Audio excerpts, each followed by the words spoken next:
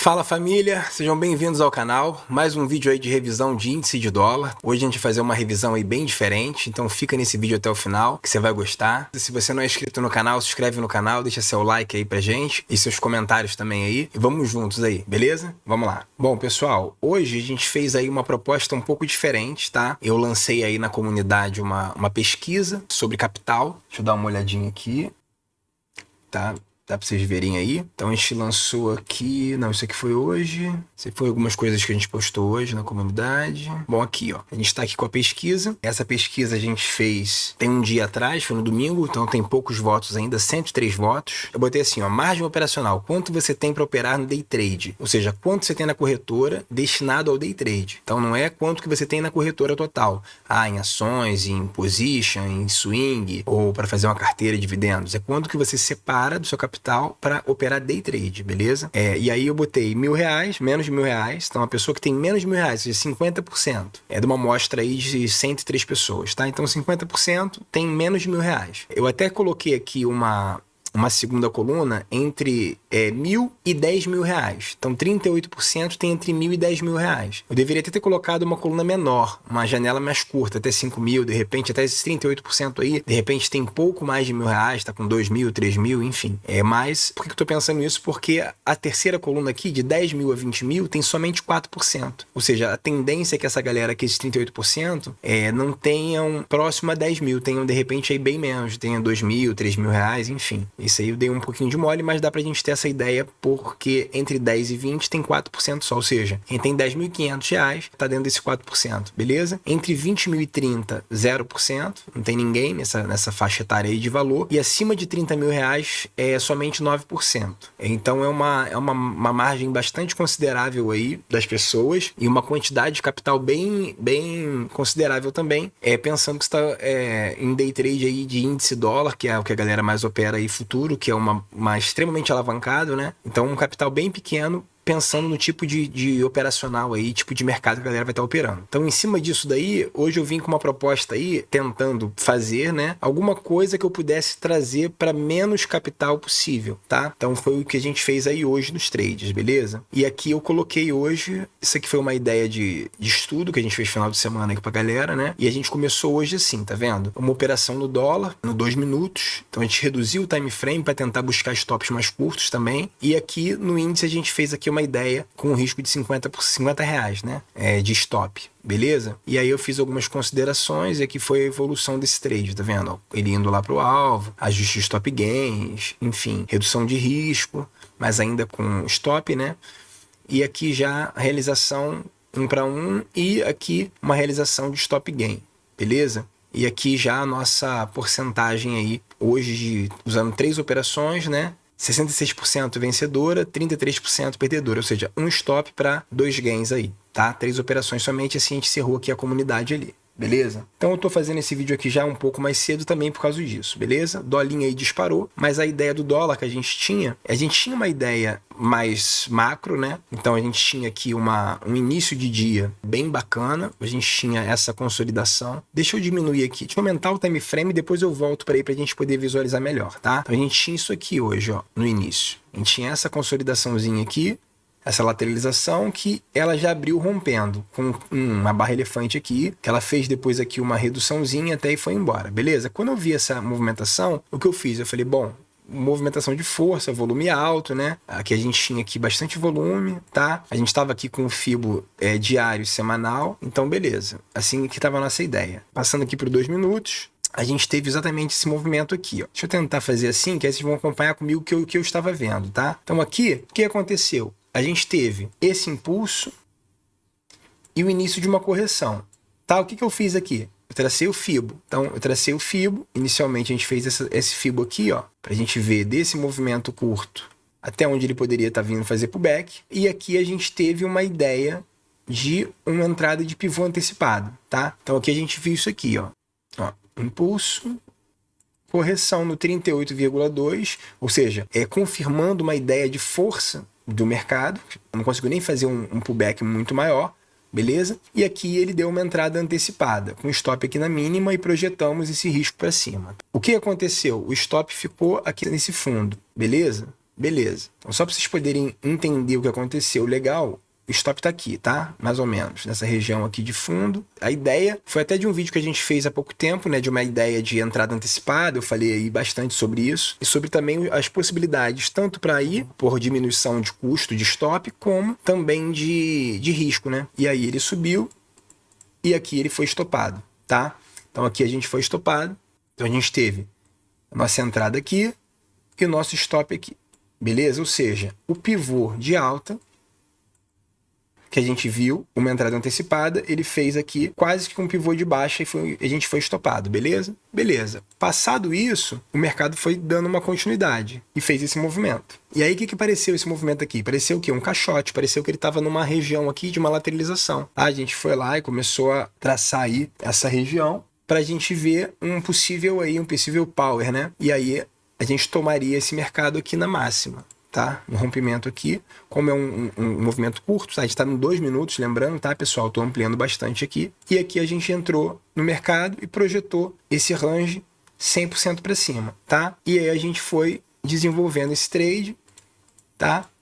E fomos aqui ajustando o nosso stop. Então a gente estava aqui com o stop inicialmente, nessa região de fundo. Então a gente teve aqui a nossa entrada, aqui o nosso stop, aqui a gente estava buscando os possíveis alvos, tá? Beleza? O alvo de range desse trade seria aqui nessa região de 100%, mas como a gente estava com o mercado muito forte, volumes altos, enfim, a gente foi tentando aí subir no stop, protegendo aos poucos, beleza? E aqui o mercado mostra bastante fraqueza, onde a gente começa a proteger aqui o nosso stop, nessa barrinha vermelha aí, tá? E aí, ele deixou esse novo giftzinho aqui, a gente saiu com o stop dessa região para essa, já stop gain, porque ele está já bem acima da nossa entrada, né? E aqui a gente foi estopado. Aqui ele pegou o nosso stop gain, tá, pessoal? Aqui nesse fundo aqui, e a gente saiu com esse gain aqui, daqui até aqui. Esse foi o nosso gain, tá? Da nossa entradinha aqui até onde ele nos tirou, beleza? Depois disso, o mercado, ele continuou aí na tendênciazinha dele de alta e foi embora. Beleza? Beleza. Só que a gente já não participou desse movimento. Eu até tracei esse rangezinho aqui, tá vendo? Ó, que poderia ser uma reentrada, tá? Mas eu não fiz esse trade aqui, tá? Porque dentro do gerenciamento que a gente fez hoje, do plano para hoje, não caberia esse trade, tá bom? Depois eu explico para vocês melhor, mas aqui agora, 5 minutos, ele vai aqui forte e a gente tem aí possíveis alvos para cima, beleza? Então, beleza. Passando lá para o índice, a mesma ideia, só que o índice, como ele é menos alavancado, a gente não precisaria, de repente, diminuir tanto o time frame. Quanto menor está o time frame, menor esse time frame é, mais falho ele se torna. Ou seja, a sua análise ela fica cada vez mais falha, beleza? A chance de dar errado é maior. Então, quanto maior o time frame, melhor. Vou operar gráfico mensal, gráfico semanal, gráfico diário, pô, muito maior vai ser o teu acerto. Por isso que swing trade é infinitamente mais fácil de você performar do que no day trade, e para quem está começando aí é uma opção bem bacana, beleza?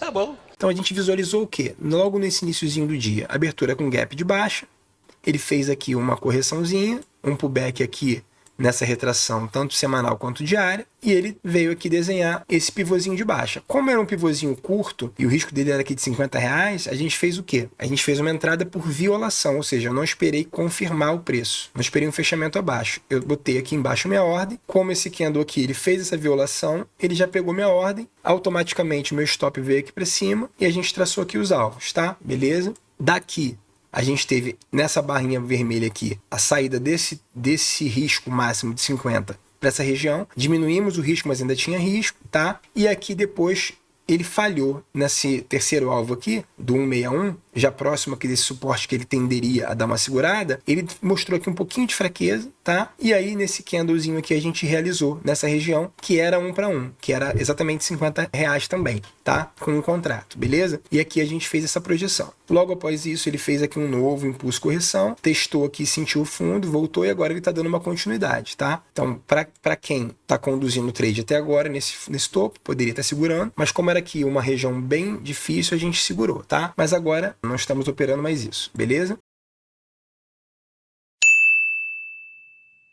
Hoje eu fiz esse vídeo bem curtinho, são 10h40 agora da manhã. Então, pra gente ter uma ideia de que, como a gente tá vendo que a galera do canal, ou as pessoas que se preocuparam em responder ali o nosso termômetro, vamos dizer assim, a gente tá com uma galera, uma grande parte das pessoas, tá? Em termos de porcentagem, com um capital bem curto para operar. Então a gente tem aí algumas opções, tá? Opção 1.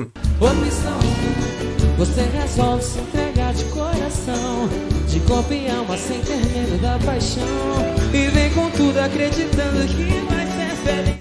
Você tentar não operar agora, ir para o simulador, ir para uma conta demo, treinar mais, e enquanto você está treinando, desenvolvendo, você começar a adquirir experiência, afinar aí, fazer os ajustes no seu trade system, criar um plano de trade que você tenha um capital que você fale assim, ó, com X de capital eu consigo ter uma margem para fazer de repente pelo menos 2 operações, ou seja, você não sai na primeira operação. Você vê que o primeiro trade no dólar hoje foi um stop. Tá? Mas como a margem me permitia fazer um segundo trade, pelo menos um segundo trade, então a gente pôde fazer um segundo trade ali daquele powerzinho que nos levou aí a recuperar o primeiro loss e sair no gain, tá? Sair no positivo. E também ter margem para operar também o índice. Então a gente tem que ter aí uma gordurinha, tá? A gente tem que se preocupar com isso. A gente fez uma postagem aqui, eu fiz tanto na comunidade quanto no Insta, e galera aí que não tá seguindo a gente no Insta, dá um pulinho lá também, que eu botei assim, ó, o loss existe, faz parte do jogo. Essa é a importância de uma gestão de risco com vantagem matemática. Se seu trade for uma bala de prata, nunca dará certo. Você precisa de munição e preparação. Vamos estudar e planejar. O tempo não para. Isso quer dizer o quê, pessoal? Isso quer dizer que se eu tiver um plano de trade que eu só tenho uma chance, então eu tenho um trade por dia, é loss ou é gain, se foi gain, foi gain, se foi loss, foi loss, encerrou meu dia. Isso é muito mais difícil, você torna muito mais difícil porque você tem uma pressão psicológica muito grande de ter que acertar de primeira, tá? Então muitas vezes você vai entrar no mercado numa ponta errada e você vai ter tempo de reagir para uma inversão de tendência ou para uma confirmação de uma tendência contra a sua primeira visão. Então você tem que ter vantagem matemática. O que é vantagem matemática? Você ter capacidade de fazer mais do que um único trade. Então se você tem um gerenciamento de risco que te permite fazer 1, 2, 3 trades por dia, você tem uma vantagem matemática do cara que só pode fazer um trade naquele dia, que fez aquilo, acabou, tá? Então, se você está com pouco capital, essa seria uma opção. Uma outra opção seria você ter, inicialmente, que escolher um ativo que você tenha menos alavancagem. Então, ou você vai operar a ação, que você vai ter, de repente, uma alavancagem menorzinha